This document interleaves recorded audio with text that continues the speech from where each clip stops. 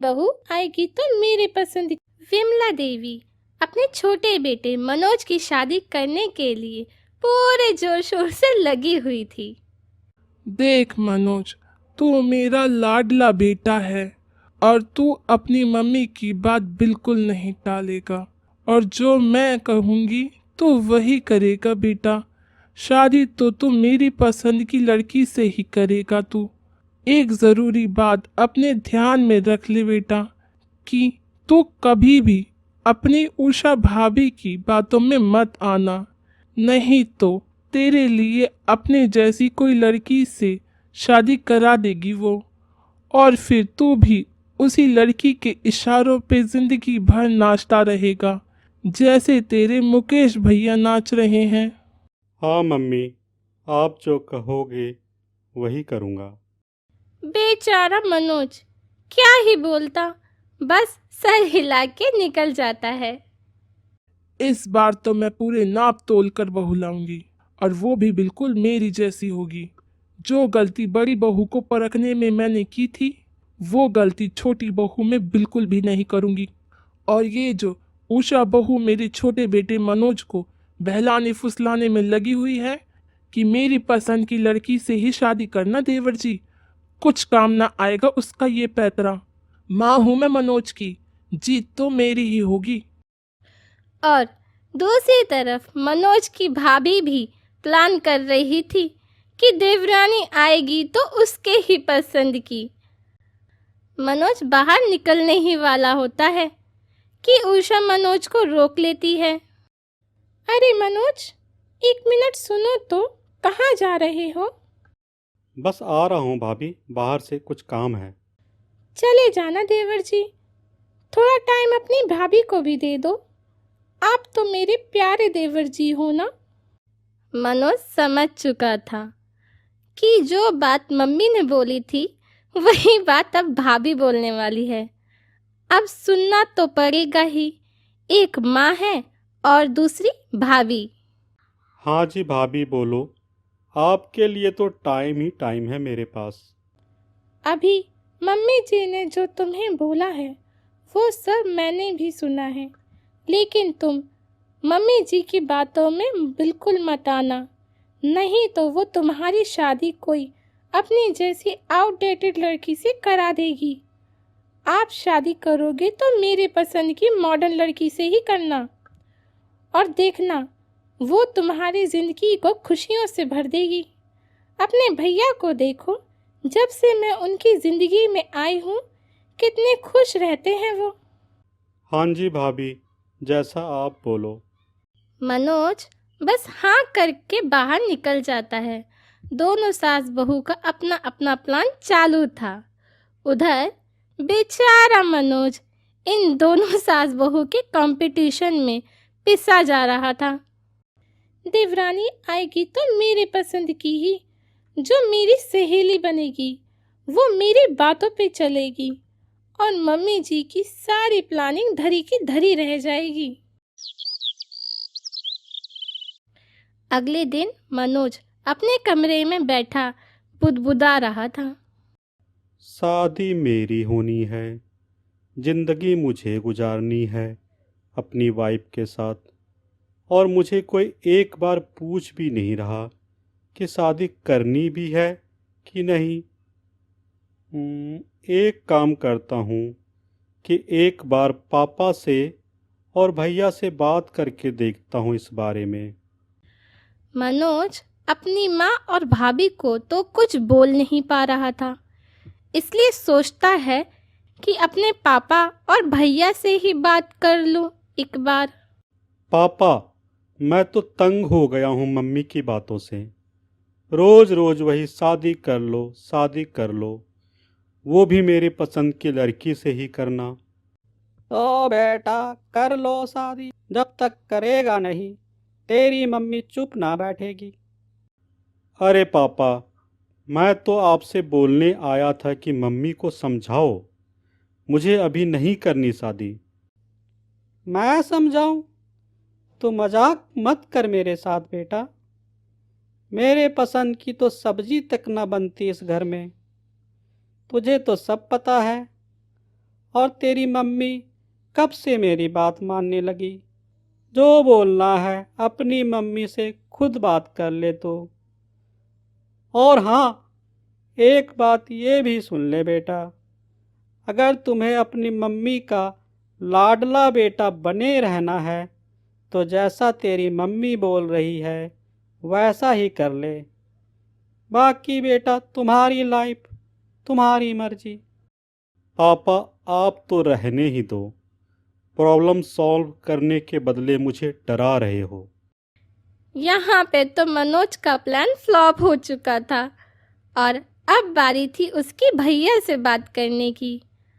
अब वो अपने भैया मुकेश के पास जाता है। क्या हुआ मनोज, तेरा मुंह क्यों लटका हुआ है? वो मुझे आपसे एक बात करनी है भैया। हाँ बोल, तो क्या चाहिए तुझे? मुझे कुछ नहीं चाहिए, बस एक बार आप भाभी से बोल दो कि मुझे अभी शादी नहीं करनी है। जब करनी होगी तब बता दूंगा मैं। जब भाभी बोल रही है तुझे तो कर ले शादी। कुछ अच्छा ही तो सोचा होगा तेरे लिए तेरी भाभी ने, तभी तो तेरी शादी करा रही है। लेकिन भैया, मुझे अभी नहीं करनी। क्यों नहीं करनी शादी? अब तो तू अच्छा जॉब भी कर रहा है, कर ले शादी। अपने भाभी की बात मान ले तू। मुकेश मन ही मन सोचता है। आया था भैया के पास समस्या का समाधान लेने, और ये तो खुद ही गले पड़ गए। अब तो मम्मी की बातें बिल्कुल सच ही लग रही है। भैया सच में भाभी के ही इशारों पे चलते हैं। मनोज की दाल कहीं नहीं गली, ना पापा के पास और ना भैया के पास। दोनों जगह उसे निराशा ही हाथ लगी। बेटा मनोज, आज तुम ऑफिस से जल्दी घर आ जाना। क्यों, आज क्या है मम्मी? अरे बेटा, आज लड़की वालों के घर जाना है, शाम को बुलाया है मिलने। ठीक है मम्मी, कोशिश करूँगा ऑफिस से जल्दी निकलने का। तभी मनोज की भाभी उषा आ जाती है। अरे देवर जी, आज आप मेरे साथ चलना लड़की देखने शाम में। मम्मी जी के साथ किसी और दिन चले जाना। ये सुनकर विमला देवी चीखती हुई बोलती है। तुम्हारे साथ कोई नहीं जा रहा लड़की देखने। कितनी बार बोला है तुम्हें, मनोज मेरा बेटा है और उसकी शादी होगी तो मेरे पसंद की लड़की से ही होगी। क्यों मम्मी जी, मेरा भी तो हक है मनोज की शादी कराने का। मैं भी तो उसकी भाभी हूँ। माँ पहले होती है, भाभी तो बाद में आती है। शादी तो मैं ही कराऊंगी। आप कुछ भी बोलो मम्मी जी, शादी होगी तो मेरे पसंद की ही लड़की से ही होगी। और देखो आप, अभी इसका फैसला हो जाएगा। मनोज, तुम ही बोलो, किसकी पसंद की लड़की से शादी करोगे तुम? हाँ बेटा, बोल दो इसे कि अपनी माँ की पसंद की लड़की से ही शादी करोगे तुम, और इसका मुंह बंद कर दे। अब मनोज फंस चुका था कि किसे हाँ बोले और किसे ना। एक तरफ माँ जो घर की मालकिन है और दूसरी तरफ भाभी जो इस घर की किचन क्वीन है, और रहना तो उसे इसी घर में है। इससे पहले कि मनोज कुछ बोल पाता, उसके फ़ोन की रिंग बजती है और वो बहाने करके जल्दी से घर से निकल जाता है। थैंक गॉड, आज तो मैं बच गया। इधर अभी भी दोनों सास बहू की चिक चिक चालू ही थी। तू कुछ भी कर ले बहू, आज शाम को मनोज मेरे साथ ही जाएगा लड़की देखने, और आज ही मैं बात पक्की कर दूंगी। बात पक्की तो तब होगी ना मम्मी जी, जब मनोज आपके साथ जाएगा। वो तो मेरे साथ जाएगा आज लड़की देखने, और मेरे पसंद की मॉडर्न लड़की देखते ही वो झट से उसे पसंद भी कर लेगा। और आपकी आउटडेटेड लड़की तो देवर जी कभी भी पसंद नहीं करेंगे। मुझे मनोज की चॉइस पता है मम्मी जी। वो मेरा बेटा है, जाएगा तो मेरे ही साथ। बस तू शाम का इंतजार कर बहू। देखते हैं मम्मी जी, मनोज किसके साथ जाता है आज शाम। इन दोनों की तू मैं तो रुकने का नाम ही नहीं ले रही थी। शाम होते ही विमला मनोज को फोन करती है। बेटा, तू निकल गया ऑफिस से? लड़की वाले इंतजार कर रहे होंगे। कितना टाइम लगेगा तुझे अभी घर आने में? मम्मी आज मुझे लेट हो जाएगा, मीटिंग है ऑफिस में। किसी और दिन के लिए बोल दो लड़की वालों को। कहीं तू अपनी माँ से झूठ तो नहीं बोल रहा क्या? तूने उषा बहू वाली लड़की तो पसंद नहीं कर ली ना? अरे नहीं मम्मी, ऐसा कुछ नहीं हुआ है। मैं अभी ऑफिस के काम में बिजी हूँ, घर आके बात करता हूँ। मनोज ने अभी चैन की सांस ली भी नहीं थी कि तभी उसकी भाभी उषा का कॉल आ जाता है। अरे देवर जी, कहाँ रह गए? मैं कब से रेडी बैठी हूँ, जल्दी से आ जाओ, लड़की के घर चलना है। नहीं भाभी जी, आज ऑफिस में मीटिंग है, बहुत बिजी हूँ आज। किसी और दिन चलेंगे। पक्का? कहीं मम्मी जी ने तो मुझे मना करने नहीं बोला है? अरे भाभी जी, ऐसा कुछ नहीं है। मैं सचमुच में बहुत बिजी हूँ ऑफिस में, बहुत काम है आज। बाद में बात करता हूँ। मनोज फोन काट देता है और एक लंबी सांस लेता है। चलो शुक्र है, आज तो ऑफिस का बहाना करके बच गया इन दोनों सास बहू से। लेकिन आगे कैसे बचूंगा? हे भगवान, बचा ले मुझे। कुछ दिनों बाद संडे को मनोज लेट तक अपने कमरे में सो रहा था। तभी विमला देवी आती है। बेटा उठ जा, फटाफट रेडी हो जा, आज लड़की देखने जाना है। ये सुनते ही मनोज चौंकते हुए बोलता है। इतनी सुबह क्यों जाना है? उस दिन मना कर दिया था ना बेटा, और आज तो तेरी छुट्टी है, तो देख आते हैं लड़की एक बार। तो पसंद कर ले, फिर शादी की तैयारी भी तो करनी है। ठीक है मम्मी, होता हूँ रेडी। मनोज अपना मन मार के रेडी होने चला जाता है। ये सारी बातें उषा भी सुन लेती है। मैं भी देखती हूँ मम्मी जी, आप कैसे देवर जी को अपने साथ लेके जाती हो। मनोज के रेडी होते ही उषा मनोज के पास जाती है। मनोज, मुझे डॉक्टर के पास जाना है, अर्जेंट है, जल्दी चलो। तुम तो रेडी भी हो, तुम्हारे भैया तो अभी बिजी हैं अपने ऑफिस के काम में। अरे भाभी, मैं तो मम्मी के साथ जा रहा हूँ लड़की देखने। बस 1-2 घंटे की बात है, फिर चले जाना मम्मी जी के साथ। मनोज और उषा बाहर निकल जाते हैं। तभी विमला देवी मनोज के कमरे में आती है। ये मनोज कहाँ चला गया? अभी तो रेडी हो रहा था, और ये उषा बहू भी नहीं दिखाई दे रही। अभी फोन कर पूछती हूँ। विमला देवी मनोज को फोन करती है। कहाँ है तू बेटा? अपने कमरे में तो नहीं है। मम्मी, मैं भाभी के साथ डॉक्टर के पास जा रहा हूँ। भाभी को कुछ अर्जेंसी थी। विमला देवी को कुछ शक सा होने लगता है। वो तो सुबह ठीक ही थी, क्या हो गया उसे? तेरे भैया कहाँ हैं?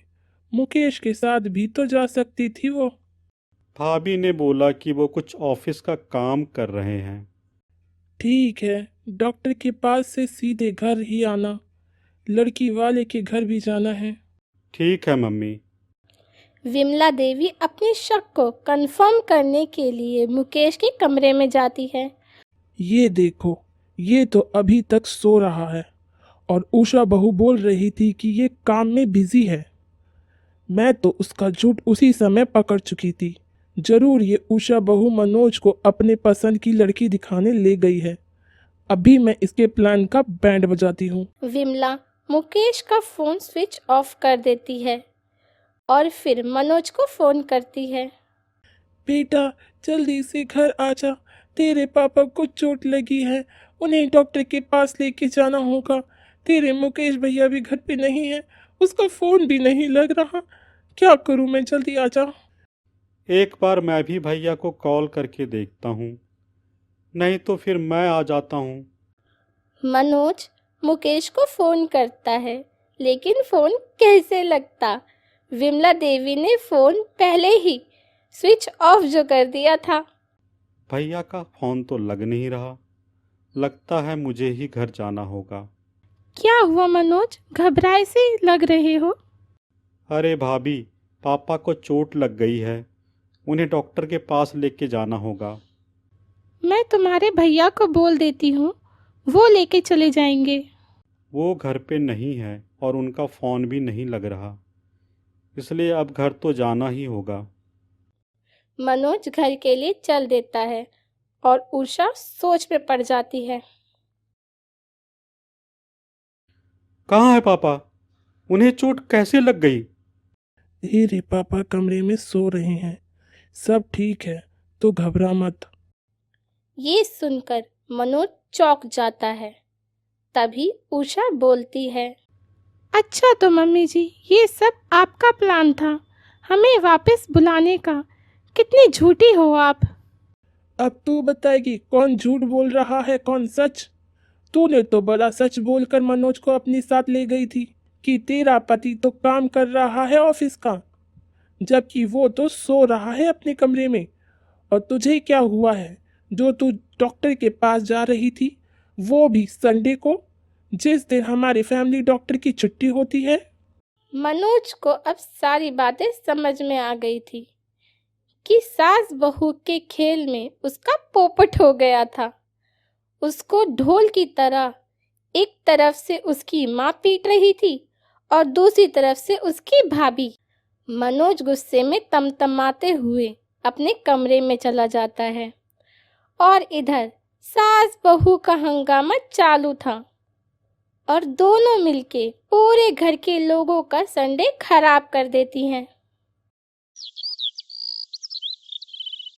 अगले दिन शाम को मनोज एक नई दुल्हन के साथ घर आता है। ये देख के सभी घर वाले चौंक जाते हैं। मम्मी, ये देखो आपकी नई बहू।